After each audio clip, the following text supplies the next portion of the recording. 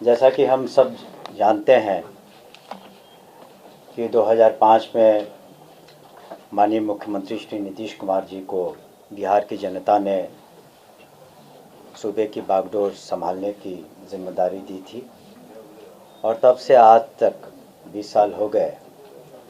माननीय मुख्यमंत्री जी ने सुनिश्चित किया है कि न्याय के साथ विकास हो और सुशासन का एक बहुत ही अभिन्न महत्वपूर्ण हिस्सा शिक्षा रहा है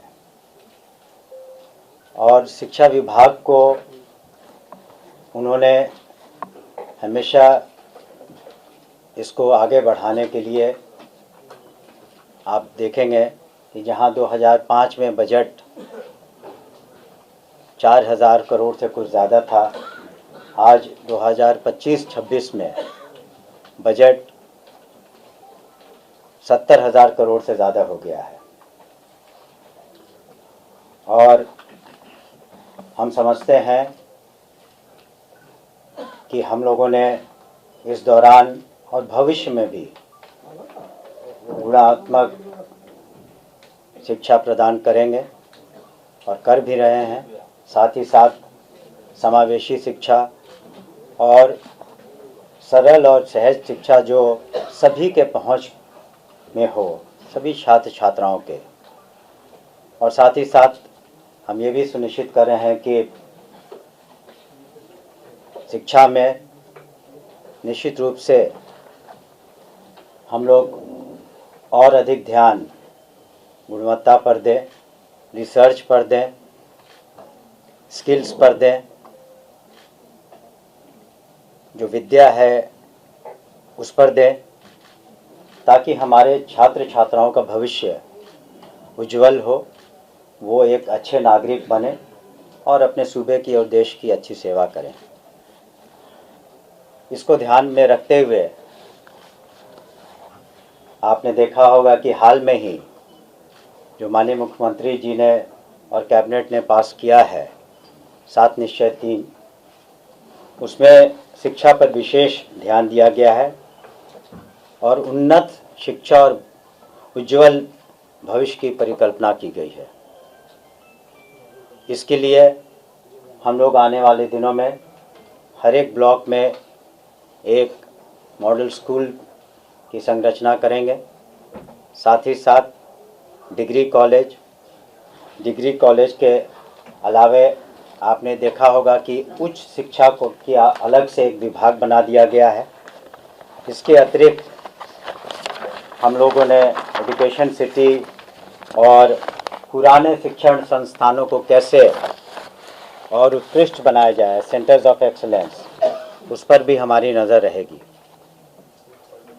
और ये जो सफ़र रहा रातों रात नहीं हुआ, इसमें बहुत मेहनत की गई विभाग के द्वारा, सभी पदाधिकारियों के द्वारा, माननीय मुख्यमंत्री के द्वारा की गई दिशा निर्देश में आपने देखा होगा कि बहुत ही ज़्यादा शिक्षकों की कमी थी पहले। जहां 2005 में शिक्षकों की संख्या करीब 1.5 लाख से ऊपर थी, आज शिक्षकों की और प्रधान अध्यापकों की और प्रधान शिक्षकों की जो नियुक्तियां हुई हैं उसमें 2,27,000 से ज़्यादा वैसे लोग आ गए हैं। और जो पंचायती राज व्यवस्था से जो शिक्षक शिक्षिकाएं थीं उनको मामूली इम्तहान लेकर के 2.5 लाख से ज़्यादा वो सरकारी सेवक बन चुके हैं। बजट के बारे में पहले ही हमने कहा कि जब 78,000 करीब स्कूलों को क्लास 1 से 12 तक उसकी व्यवस्था करनी है, जहां स्कूलों की संख्या के अलावे छात्रों की संख्या 1,76,00,000 से ज़्यादा है। उस शिक्षा में 15 यूनिवर्सिटीज़ हैं, 23 लाख से ज़्यादा स्टूडेंट्स हैं। तो इस तरह का बजट लाजमी था जो उन्होंने किया, इसीलिए नियुक्तियाँ भी इतने बड़े तौर पर की गई। आने वाले समय में आपको बताना चाहेंगे कि हम लोग TRE 4 की भी नियुक्तियाँ करेंगे। TRE 4 में भी रोस्टर क्लियरेंस और अधियाचना हम लोग 15 से 20 जनवरी तक निश्चित रूप से बीपीएससी को भेज देंगे। और अनुकंपा पर जो भी नियुक्तियां थी वो भी हम लोगों ने करीब 5,500 कर दी हैं विभिन्न पदों पर। और माननीय मुख्यमंत्री जी ने जो कल्याणकारी योजनाएं बनाई इन कई सालों में, उसके बहुत ही अच्छे असर देखने को मिले हैं। उसमें पोशाक योजना, साइकिल योजना, स्कॉलरशिप्स, विभिन्न तरीके के जो अनुसूचित जाति, अनुसूचित जनजाति के लिए जो स्कॉलरशिप्स है, इन सब पर ध्यान दिया गया। और डीबीटी के माध्यम से आपको बताना चाहेंगे हम कि 25-26 में 22-12-25 यानी 22 दिसंबर तक अब तक लिए 2,14,088 छात्र छात्राओं को 4,663 रुपए डीबीटी के माध्यम से उनके खातों में दिए जा चुके हैं। तो इन सब का एक बहुत ही सकारात्मक असर पड़ा है। और अब आप देखेंगे जो स्कूल में ड्रॉप आउट थे जिसके कारण, वो अब घट करके 1% से भी कम हो गया है। और इसमें बहुत अच्छा रोल तालमी मरकज़ और टोला सेवक के लोगों ने किया। और ये उनका मानदेय भी बढ़ाया गया, दुगना किया गया, 24,000 और 22,000 रुपये। और इस तरह की व्यवस्था तालमी मरकज़ की और टोला सेवक की किसी अन्य राज्य में नहीं है। इसके अतिरिक्त हम लोगों ने मिड डे मील, मध्याह्न भोजन जिसे कहते हैं, उसकी भी व्यवस्था की है। और करीब करीब जिस दिन स्कूल चलता है 97 लाख छात्र छात्राओं को भोजन की व्यवस्था की जाती है, पौष्टिक भोजन की व्यवस्था की जाती है। और इसमें रसोइयों का, जो महिलाएं हैं अधिकतर रसोइया दीदी जिसके कहते हैं, उनका भी मानदेय माननीय मुख्यमंत्री जी ने चुनाव के पहले दुगना किया और उनकी भी अहम भूमिका है इसमें। साथ ही साथ हम लोगों ने सुनिश्चित किया है कि जो बालिकाएं हैं वो कहीं ना कहीं पिछड़ रही थी, तो उन पर विशेष ध्यान दिया गया है। और जो उनके लिए, बालिकाओं के लिए जो स्कूल बनाए गए हैं उसकी संख्या काफ़ी है। कस्तूरबा गांधी स्कूल जो है उसमें विभिन्न कैटेगरीज के स्कूल हैं। उसमें हज़ारों छात्राएं हॉस्टल में रहती हैं, पढ़ती हैं। और वो आगे चल करके और अच्छा करें, उसके लिए हम लोगों ने वहाँ पर हर तरह की व्यवस्था की है। रहने की, पोशाक की, पुस्तकों की, खाने की, ये सब सरकार की ओर से किया जाता है।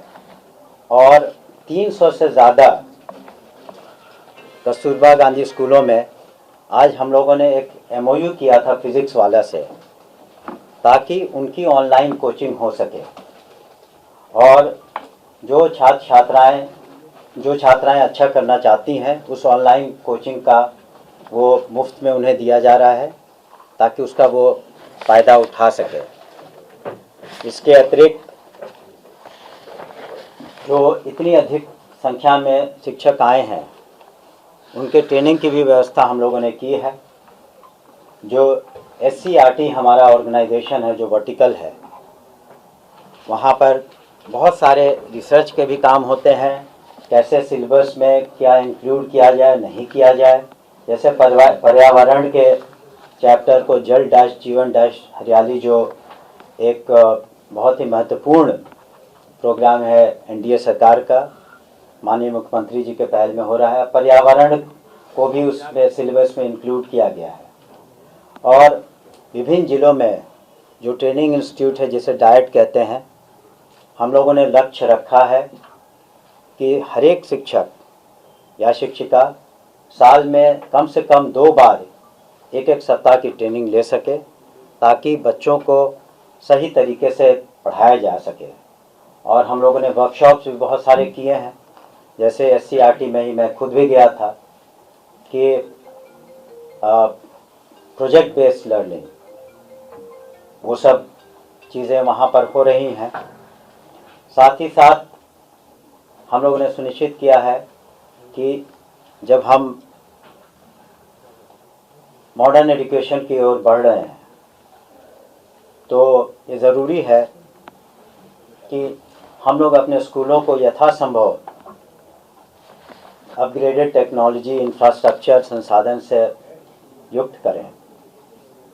इसी वजह से जो Bihar state education infrastructure development corporation है वो वॉर फुटिंग पे काम कर रहा है। यही ऑर्गेनाइजेशन डिग्री कॉलेजेस को चरणबद्ध तरीके से मॉडल स्कूल्स को बनाएगा।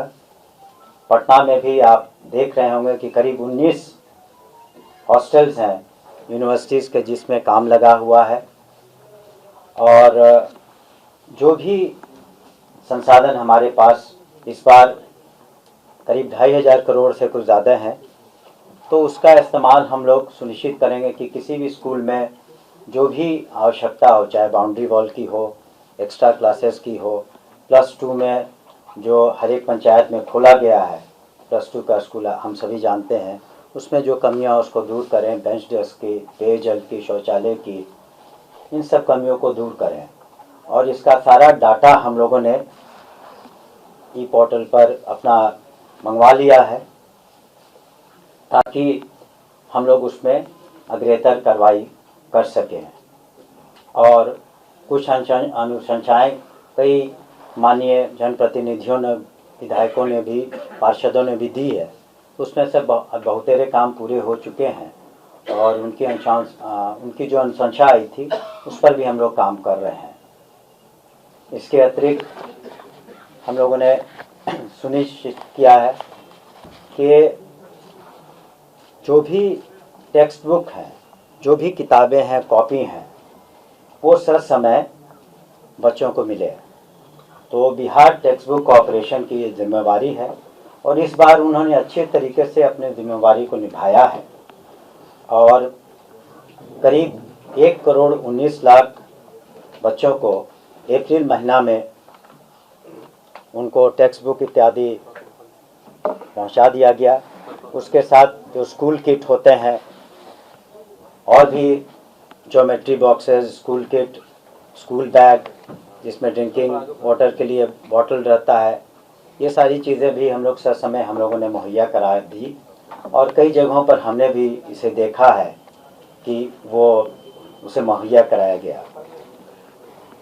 एक और इसमें अहम बात है कि इस बार पहली बार आप सभी जानते हैं कि आगे चल कर के हायर एजुकेशन में, कॉर्पोरेट सेक्टर में, या फिर आप देखेंगे कि साइंस की पढ़ाई हो या artificial intelligence, robotics, computer learning का ज़माना है, ये सारी चीज़ें अंग्रेज़ी में हैं।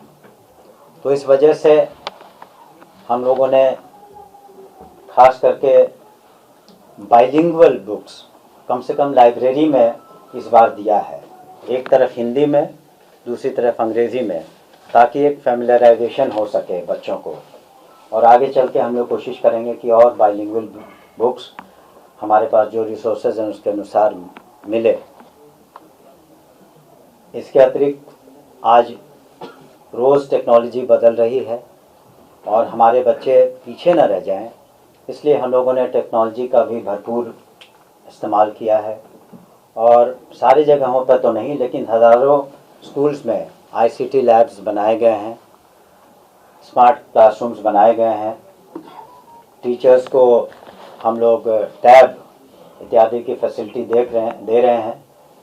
आप इसके अतिरिक्त हमारा प्रयास है कि कैसे 6-7 से कम सभी स्कूलों में डेस्कटॉप कंप्यूटर्स हो जाए, उस पर भी हम लोग वर्क कर रहे हैं।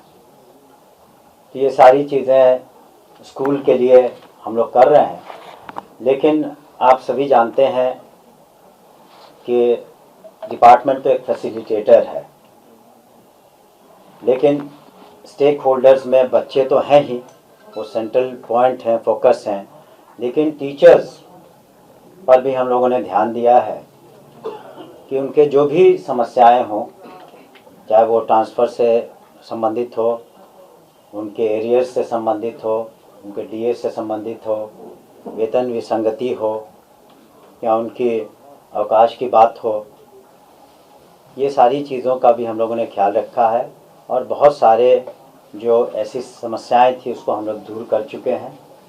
और हमारा दरवाज़ा तो खुला ही रहता है एसीएस साहब का, सभी पदाधिकारियों का, कि जो भी सुझाव या शिकायतें आती हैं पोर्टल पर, उस पर हम लोग 24/7 मॉनिटरिंग करते हैं कि उन सुझावों पर भी अमल करें, या कहीं पर कोई शिकायत आती है या कहीं पर देखते हैं कि बहुत सारी गड़बड़ियां हैं तो उस पर भी हम लोग कार्रवाई करते हैं। तो कुल मिलाकर जो स्कूली शिक्षा है उस पर आप देखेंगे माननीय मुख्यमंत्री जी और एनडीए सरकार का भी बहुत ध्यान है, क्योंकि यही बेस लाइन है, यही नींव है जिसके कारण हम लोग बच्चों को अच्छी शिक्षा दे सकेंगे।